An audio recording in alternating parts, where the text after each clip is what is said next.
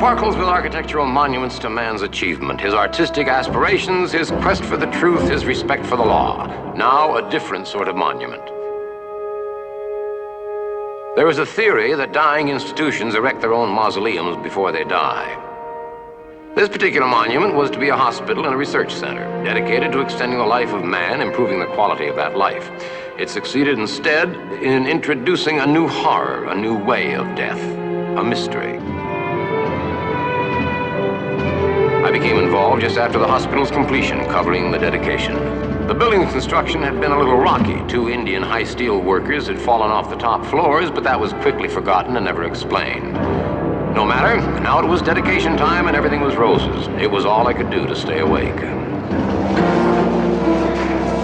Your name, please? Oh, yeah. Carl Kolchak, INS. Hey?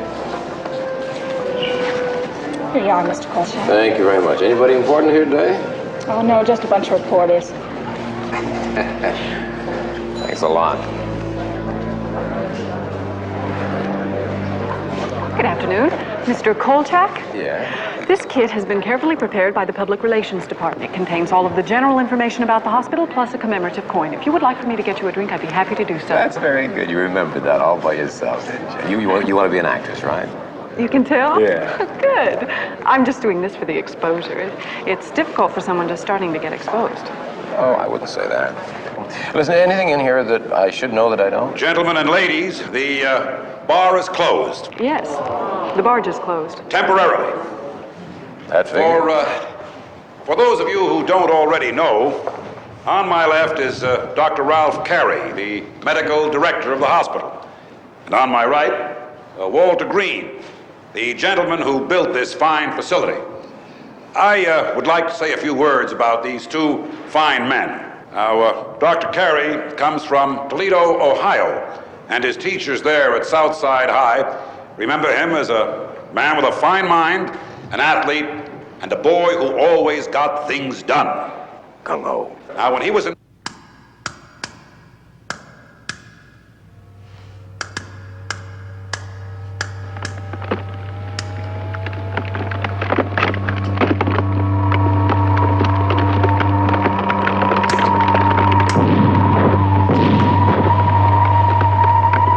Dr. Carey won the...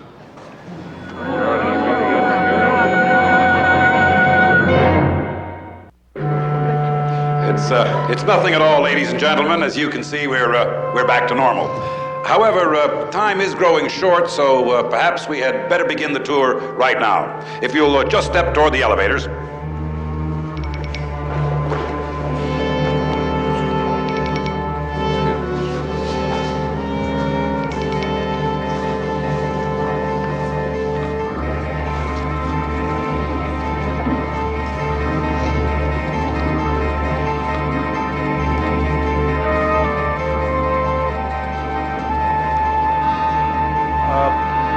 We're running a little short of time, so we will exclude the tour of the lower level as it's listed in your program. Now, the hospital is already in use. We already have some patients, and you are about to see the most modern facility in existence.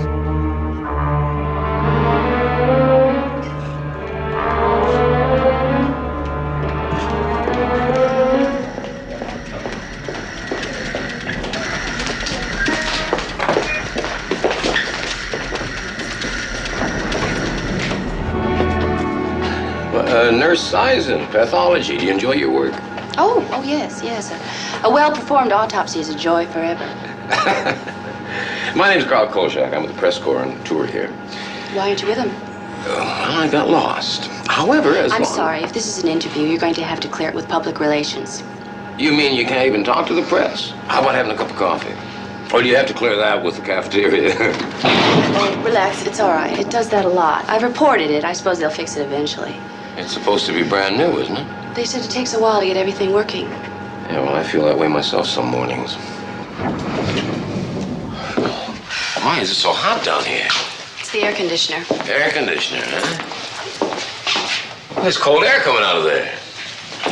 Maybe the PR department closed off some of the vents, huh? Why don't you check that with them? I'm sorry, I'm working.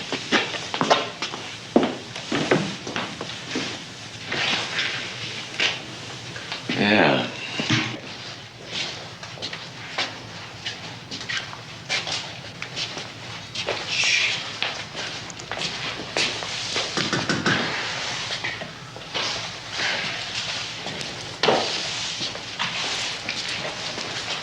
This will cause a power failure?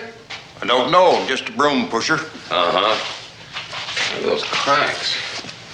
Sometimes if you pile drive to the lake bottom, you can have a settlement crack of that type. Settlement cracks. Do you see a lot of those around here? Nope. My foreman told me. Ah, where's your foreman? I don't know. What's his name? I don't know. What's your name? I don't know. Thanks a lot.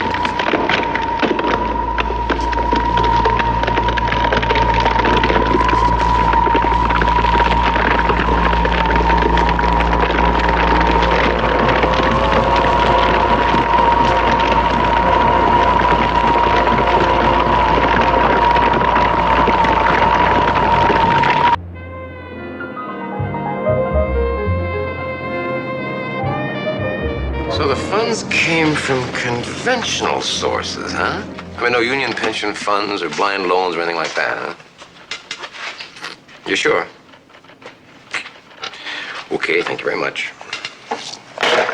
Your angle on the hospital dedication, Carl. How did you come up with it? Oh, a little research and imagination. Some angle. 2 pages condemning the lack of geriatric facilities. What did you promise her this time? Orthopedic glitter boots? Well, Tony! Tony, there is a vast and growing proportion of our citizens in their autumn years who are living on fixed income, faced with a growing inflation, possibly even a recession. I mean, they have their rights, their special needs, they're organized. Really? What do they call it? Wrinkle power? That's disgusting. They call it gray power. And we're tough. We're standing up for our rights. Well, don't stand up too quickly, Emily. I'm all right. Sorry, Mr. Vincenzo, I may have come on a little too strong at the first, but I can't stand to see senior people glossed over. See if I can soften it up a bit. Well, that's not the point. I assign the stories. The idea is for you to do what you are supposed to do. Now, what are you doing? Well, What is all this? this? Yeah, Oh, these are blueprints for the hospital. the hospital. Mm-hmm. Where did you get them? I stole them. Kolchak, you stole the plans? Mr. Vincenzo. Yes. Telephone. It's urgent.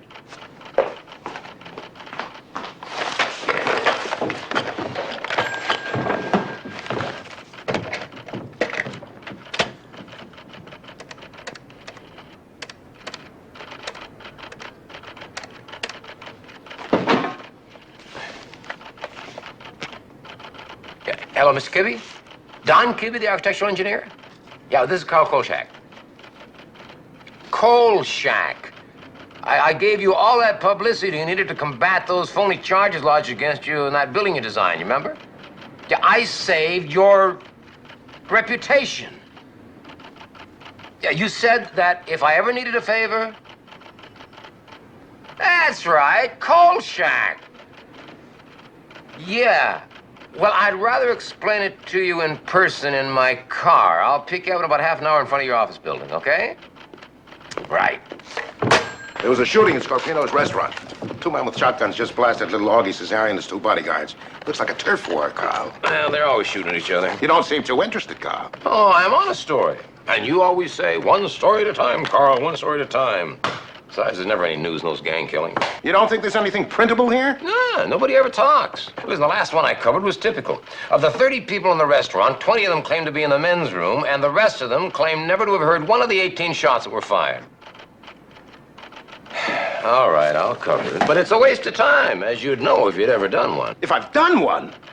How do you think I got behind that desk? I don't know. How? I was top crime reporter in this town when it was important, when it was dangerous. If you weren't careful, you could wind up under a Pierce arrow. Oh, boy, that was a long time ago, Tony. Yeah, you've probably forgotten the how. No, I'll do it. No. I'm going to show you how to dig out a story. Well, good for you, Mr. Vincenzo. I like to see older people with spunk. Yeah. And I want to see that hospital dedication story on my desk by the time I get back. Yes, sir. What do you think's going to happen at the hospital? I think it's going to fall down.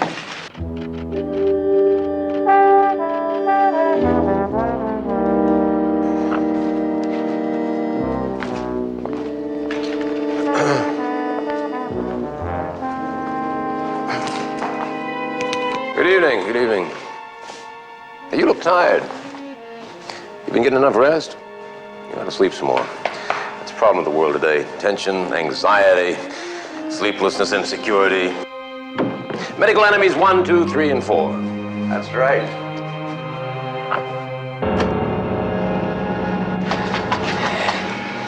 I don't like this one bit. Neither do I. But just wait. I think this is bad. Wait for what? You'll see. Well, now it's not going to do it. Do what? Never mind. Come on. Ooh. Don't they have air conditioning down here? Hey, see for yourself. Yeah, it seems to be working all right. Right? This should be the coldest floor in the hospital. Right. The question is, why isn't it, huh? Why are they still using temporary work lights? Who knows? No juice, maybe. Come on. Now I ask you, is that a settling crack, huh? No, I don't think so. It looks like structural damage from stress. Dangerous, right? It all depends on how far deep down it goes into the foundation. I'll show you some more.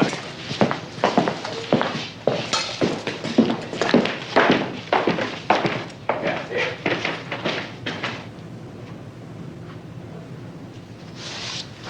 Yeah, you're right. There is a big problem here. And I don't think it's just in this section. I saw a couple of walls back there that looked like they'd been refinished. So what do you think's causing it? You know, first I'd get a sample of concrete and have it tested. What if it's not the concrete? Well, we'll drill a hole through the wall and look for either poor quality steel or not enough of it. What if the steel's okay? What do you want from me? What if the steel is okay? Well, then have someone check to see if the geologist goofed. And if that's not the case, look for a geothermal leak under the foundation. And with this heat, that's a real possibility. Will you put all that in writing? No. Loyalty to your fellow engineers, huh, Kibby? Look, I've been the victim of unsupported accusations. So far, you've only enough to warrant a little more investigation. A little more investigation.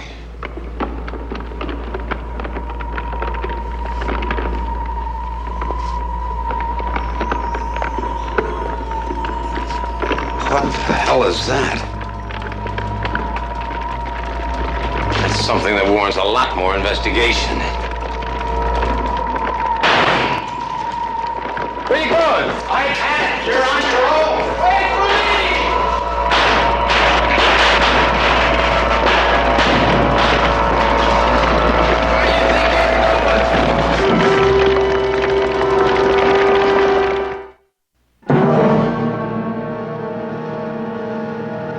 Nurse eyes into the pathology lab. Nurse eyes into the pathology lab.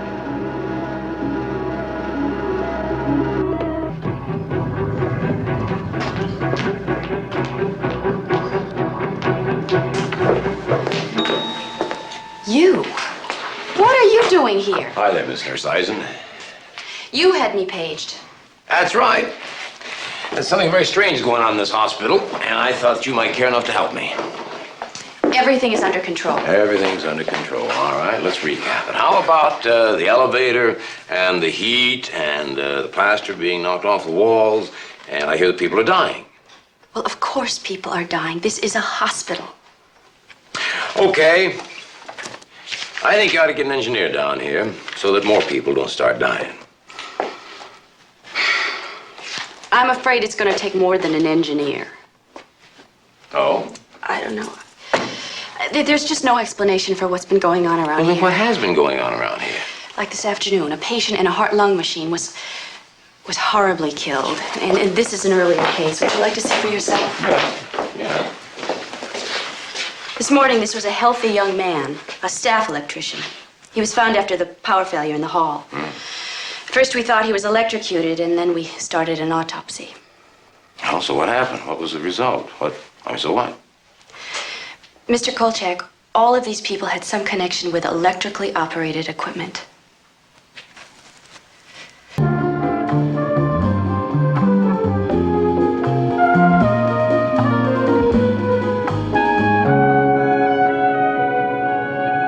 For the last time, Dr. Carey will not see any reporters today, and he has no comment on anything. Dr. Hartfield, go right in. Thank you. Doctor? As far as I can tell, there is no precedence for this in the annals of medicine. This tar-like substance is all that was left of the blood in the patient's body. What is the content of that substance, Doctor? See for yourself.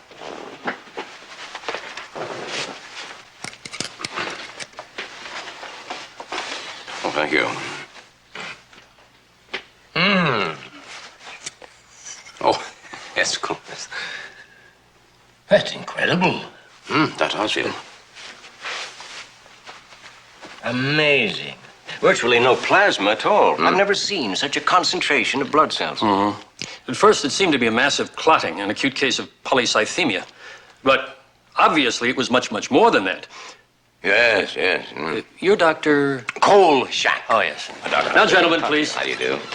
Detective Webster. Detective, these are among the leading pathologists of the city. Now, gentlemen, if you'll follow me, we will proceed with the autopsy.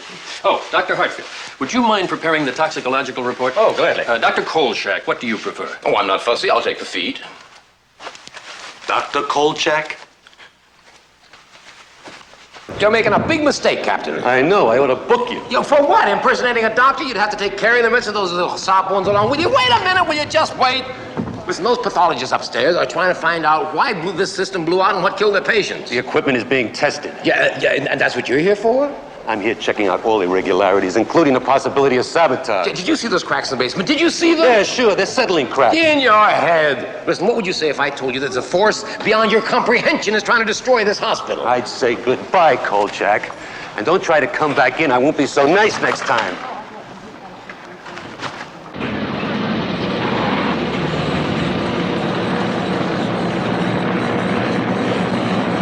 Fact, there had been no documented irregularities in the way the new hospital had been built. But, item, the generally reliable Indian high steel workers had left the job last October after several mysterious accidents. I found the same Indian crew now hard at work on the Starrett building on Michigan Avenue. The foreman told me as much as he could, but the high steel workers talked only through their shaman, or medicine man, Jim Elkhorn.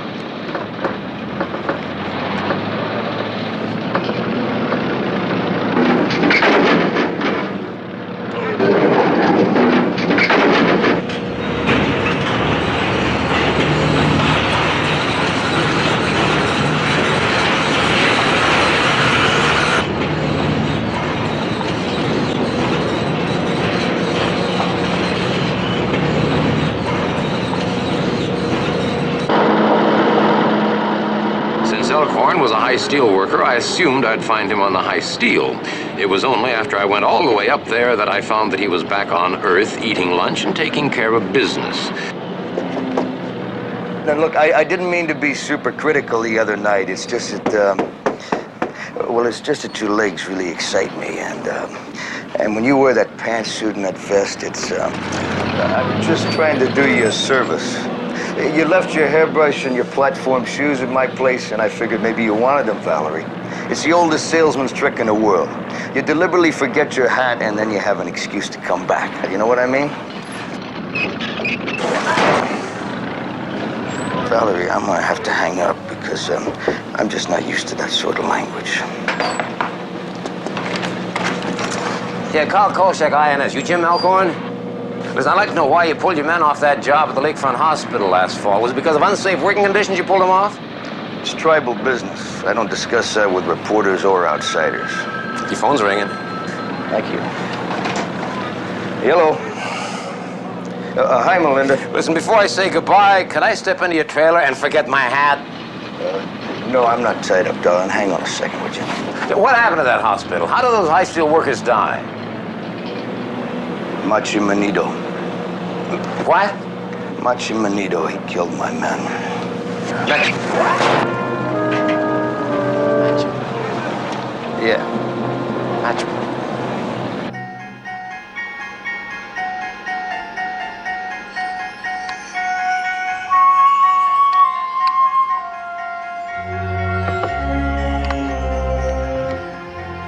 Claudia Granoff, age 22.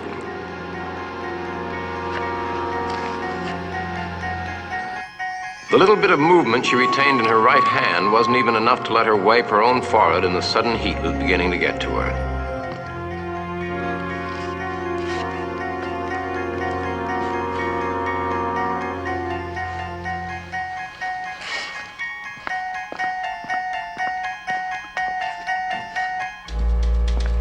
Claudia couldn't sleep. She was too concerned over what was going to become of her life.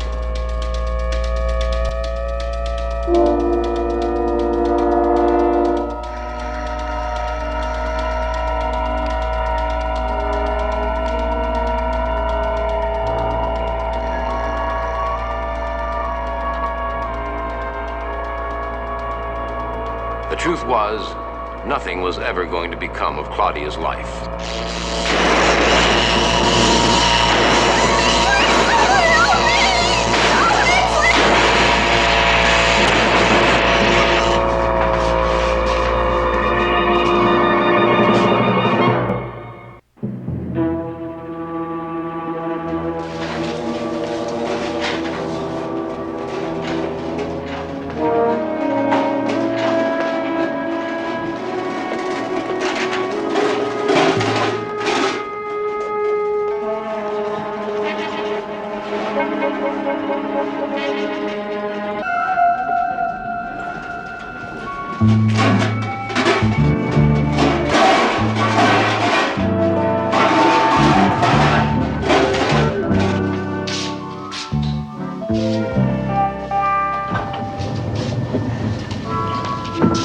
Here you are. Thank you.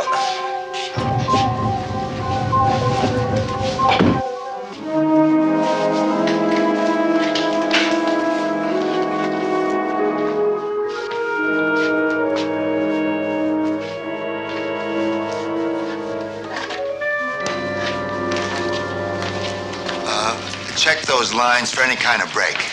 Doesn't it make you nervous with all this going on down here in a hospital full of people over your head? Huh? I mean, if anything goes wrong, you're going to take the rap, you know. I beg your pardon?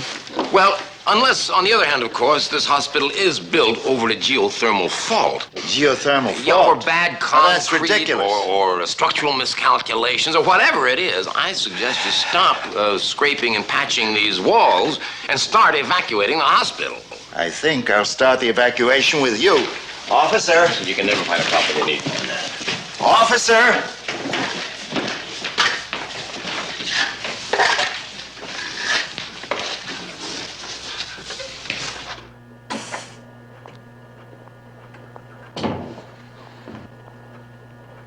Big problems, right? All the lab personnel are here. We were called back. It seems there's been another strange death, this time in the orthopedic ward. Yeah, what happened? Well, pretty much the same as the other one. All the vital organs of the patient just seized up. And an electric orthopedic bed just went crazy and blew up. Any leads at all? None, and I'm scared. Yeah, well, so are they, but they're not honest enough to admit it. Now, are you scared enough to go along with me on an idea?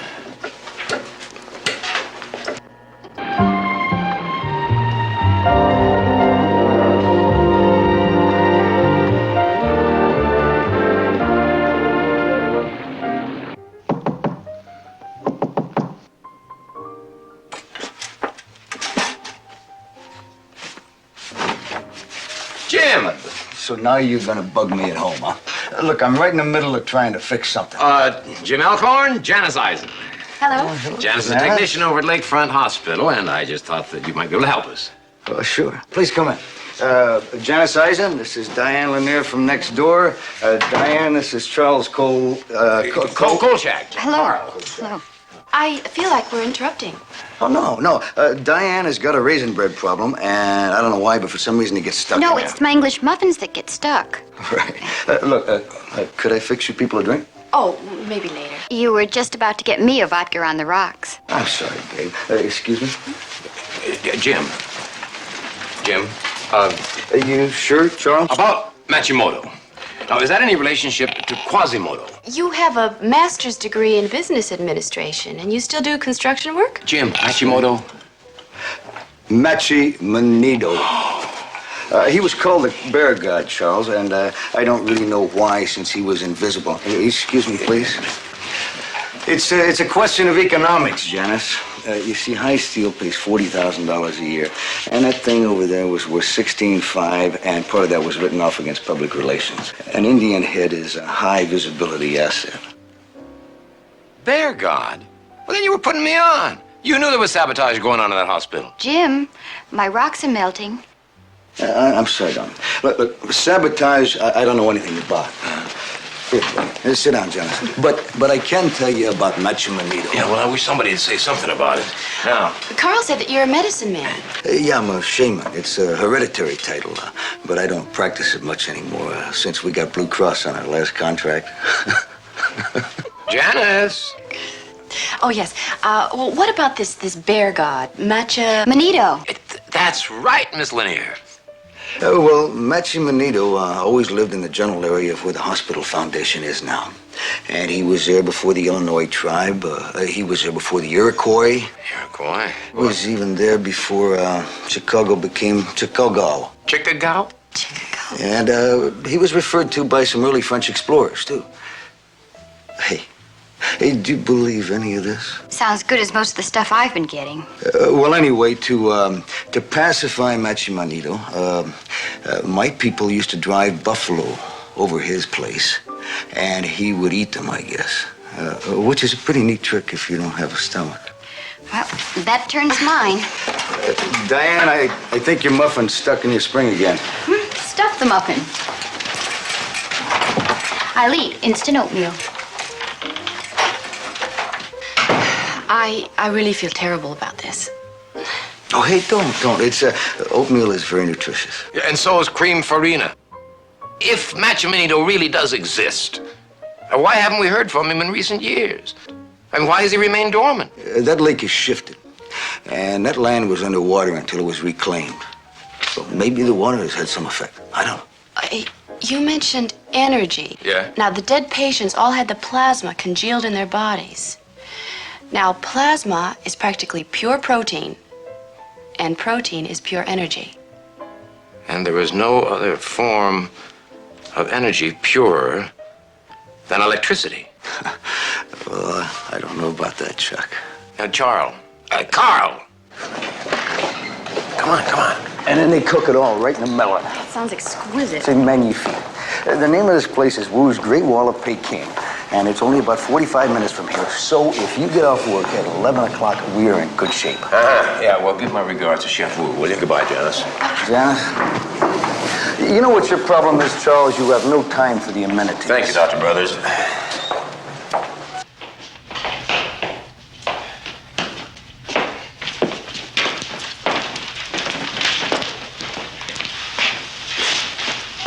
Oh, boy. Well? What do you expect me to do? Who knows?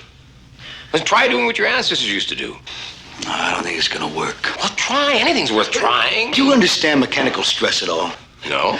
Do you have any idea the force that was required to split this concrete like this? No. Yeah, well, it's too darn big to be driven off by any dancing. Well, try. Go on, try. Go on.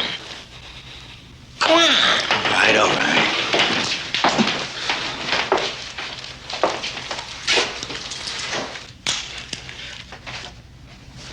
You put that thing where you get a close-up of my foot. Right, Chief.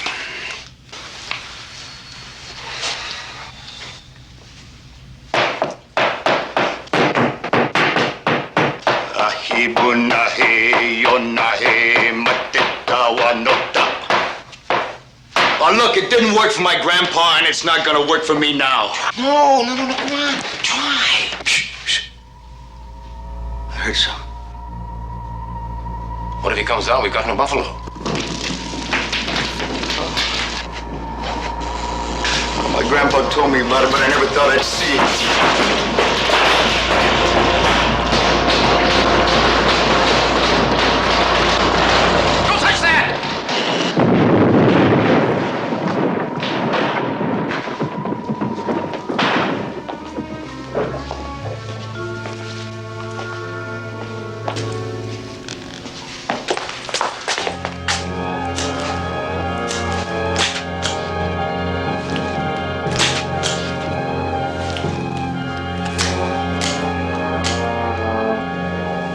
X-rays.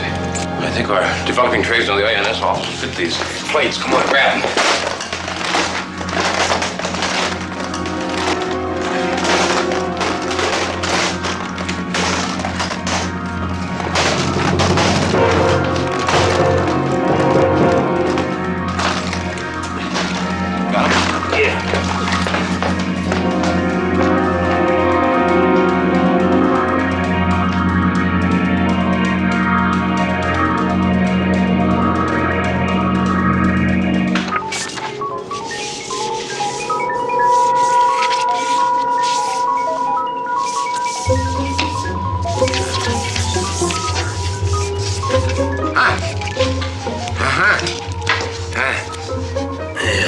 Give me another one right there.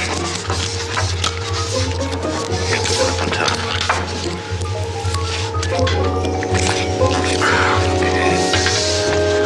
Let's try this.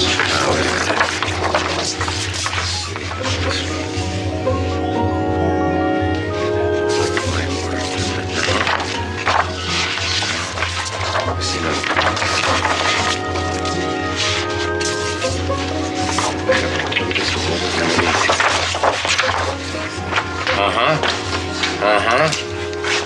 There it goes.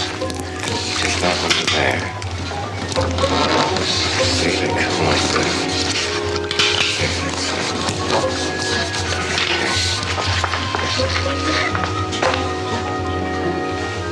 We haven't got enough room.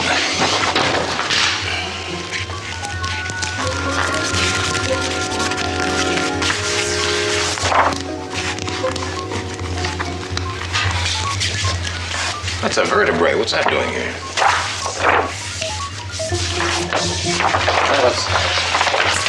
Let's give it a whirl, see what we got. All right.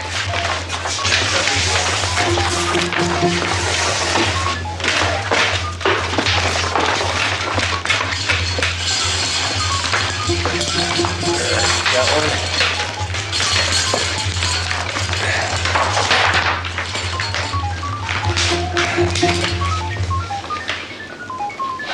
Okay.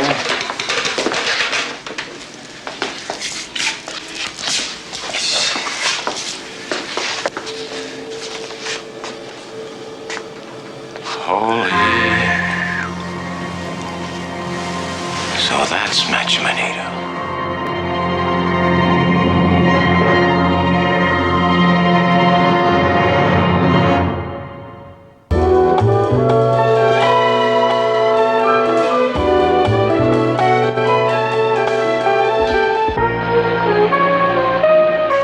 Seems that Matchi Manitou predates any Indian records that exist. All right.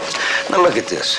These are cave drawings from an area very near where the hospital now sits. Really? Neanderthal period, which means that Matchi Manitou could have been there before man. Yeah, maybe. Yeah, go on, read on. Okay, now here's some sightings. Look at this. In 1673, Father Bouvet mentions Matchi Manitou in June. I didn't know you read French. Alors, je vais te montrer quelque chose ici. Monseigneur de Nancy le mention en juillet 1714. 1714. That means that Monsignor de Nancy talked about him in July 1714. All right, now look at this. The Iroquois talk about him in July and August. Summer months. Right, Kolchak. Look, I know what are summer months and what are winter months. Yeah, but apparently so does Matchi Manitou. I mean, there are no sightings in winter, right? So he hibernates, what? Like a bear. Hey, Kolchak. Hey, that's not bad. That's not bad at all. So when the lake shifted, the cold water at that depth kept it winter year-round. That's right. And then when they excavated the land, it heated it up, right? Right. How do we get a cold? Look, Green's company has a refrigeration division. He ought to know the building, man. He put it up. Ha ha! This is why you called us, sir. To tell us to evacuate the hospital and turn it into a refrigerator because of some old legends. Right. And this absurdity. Well, if it's all that absurd, you tell us how those patients died. I guess it would be too much to hope that you two are finished.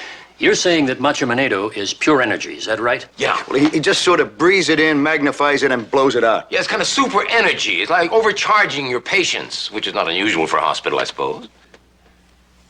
If I didn't hear this, I wouldn't believe it. He just sort of breathes it in and then blows it out. Something like that, yeah. Now, what's that supposed to mean? That you believe in any of this tripe? Of course not, Walt. But if you're feeling pressured, why don't you have a talk with one of our staff psychiatrists? Yeah, Mr. Green is a bit testy today, isn't he? Well, some people do behave that way when faced with concepts beyond the limited capacities of comprehension. There's something you better comprehend. I'll have you arrested if you or any of your legends ever set foot in this hospital again. As the great Louis Pasteur once said, any schmo can invent a rabies vaccine, but when will we find a cure for stupidity? Gentlemen, we better go to the basement immediately.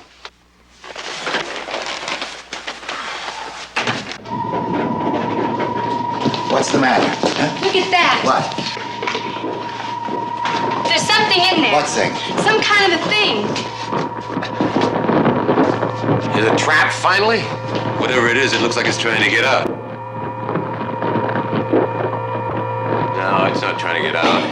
No. It went in there. It's feeding on the cobalt. It's growing stronger. It's expanding. Where are you going? We've got to let it out of there. Are you crazy? Well, they let it get out. I gotta let it out of there.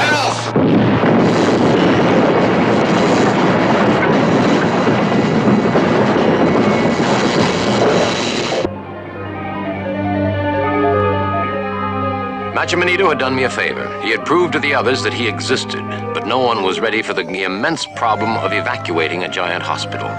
Beds had to be found in other hospitals. Patients who were dependent on heart, lung, or kidney machines had to be moved with the machine. There was a shortage of ambulances and police cars. And Matchi Manitou was still to be dealt with. Now, you're the public relations man, Frank. Now, evade it with finesse. Do I have to tell you your job? Oh, now, don't give me that, friend. You've sliced bologna much thicker than this in your day. All right, spare me. Now, here's your press release. Due to a weakening in the hospital's foundation, the authorities have deemed it advisable to evacuate the hospital pending further investigation, et cetera, et cetera. Now, can you work with that? And Frank, just give it to the major news services. They released a story to the other news services. Yeah, after all we did. It's a complete cover-up. Listen to this. Listen. The facility will be temporarily deactivated so that a comprehensive facility study can be conducted. A determination will then be made as to how to proceed with corrective construction. Now, have you ever heard such patent blather in your life? They know it's Matchi Manitou. They know that. Are they going to do anything about it? No. What are you doing standing there? Go on, get dressed. Kolchak. Look, Kolchak, many, many moons ago, when the buffalo roamed what is now the Loop, my ancestors offered up sacrifices to Matchi Manitou. Yeah? Now I think it's becoming a police problem. No, what do you mean a police problem, man? It's your problem. It's your heritage. Oh, yeah, you get the Loop and I get Matchi Manitou. Is that the way the game goes? No, we got Matchi Manitou. What do you mean, we? White man.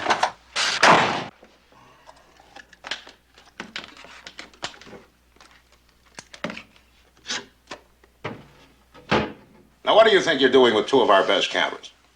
I'm gonna hawk them. What do you think? Ask a stupid question, get a stupid answer. Listen, heavy truck's been rolling in out of that hospital all day long today. I'm gonna find out what's on them. It's all very hush-hush. Oh, so go and see. But leave the cameras for people who have some regard for expensive equipment. Need I remind you that within the last year, you completely ruined 2 cameras and the electric pencil sharpener? Yeah, remind me of that sometime, will you? I'll also remind you I let you borrow my 8mm projector. When was that? Last New Year's Eve? And it came back with guacamole all dripped down into the gears. And That isn't funny. Cost me $20 to fix. Oh, I didn't ruin that pencil sharpener. No, Miss Emily went through a whole box of ballpoint pens. Oh, She don't figured it out. Will you listen to me, Kolchak? If you must use a big negative camera, isn't one enough? Do you need one for each hand? I am going to fill this one with infrared film and this one with ultraviolet film. And then I am going to get an image, sir, of something that everybody else denies exists. Infrared, ultraviolet. That means special film and processing. You're talking about mucho dollars, Carl. Wait a minute. What do you mean, something that everybody denies exists? I am going to get a photograph of Matchi Manitou, and you are going to publish it. A photo of who? He's a great energy force, an Indian... Who is Matchi Manitou? A Cuban. Carlos Matchi Manitou. Yeah, he's a bantamweight fighter, and he's absolutely terrific. He's a real comer here. Put your money on it. Here's a voucher. It's ultraviolet, grain film. $40! Kolchak, come back here! Who is Matchi Manitou? He's a Cuban fighter, bantamweight.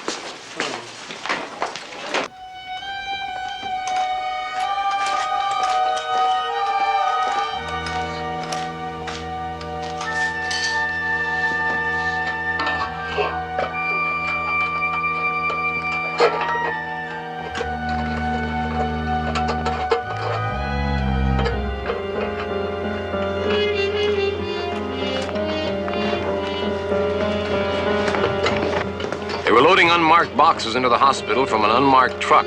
But for me, everything had double cross written all over it.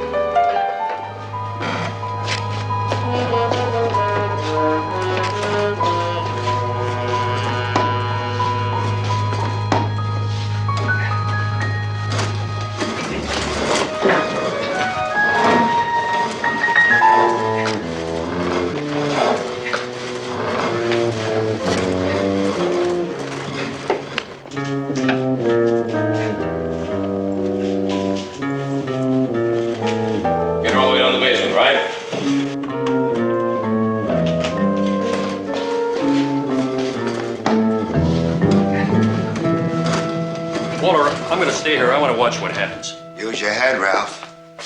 You come in contact with the liquid nitrogen, you'll get serious freeze burns. Yeah, well, I'll see that I stay well away from the flow. As supervisor of this project, I'm not going to let you do it. Big, tough Walter Green, a man who's afraid to admit the truth, even when he's acting on it, huh? Please, don't lecture me, Ralph. You're not afraid of frostbite. You're afraid this thing may go wild when we try to freeze it. You're afraid to admit that there's no logical explanation for this Matchi Manitou, that he might have a personality, that he might react to us. Go outside, will you, Ralph? Will you please go outside?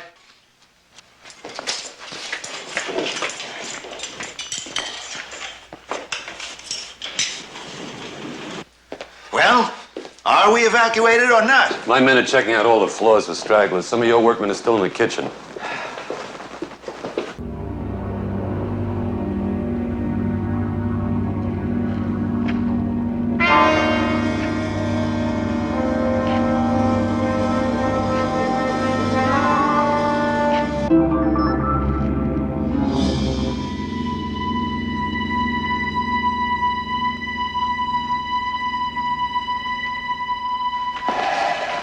Everybody's out, Captain. Good. Come on, Ralph.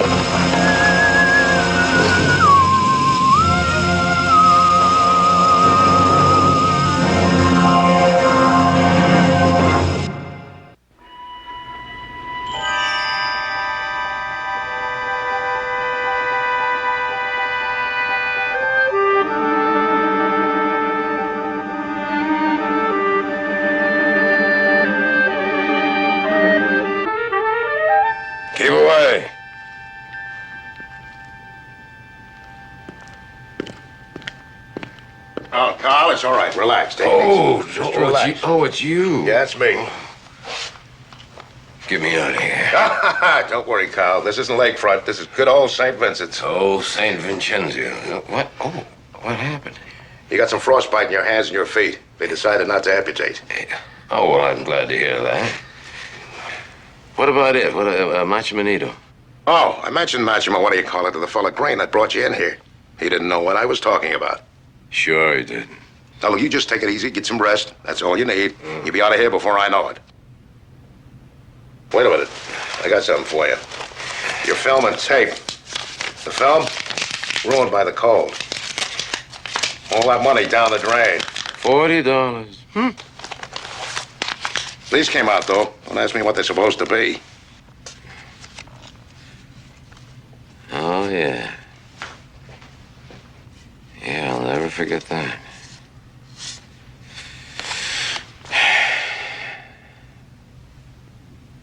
Goodbye, Tony.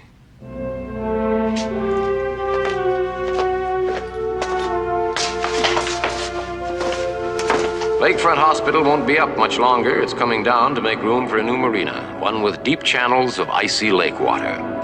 Dr. Ralph Carey has gone back to private practice from the safety and comfort of an office in his own home, I hear.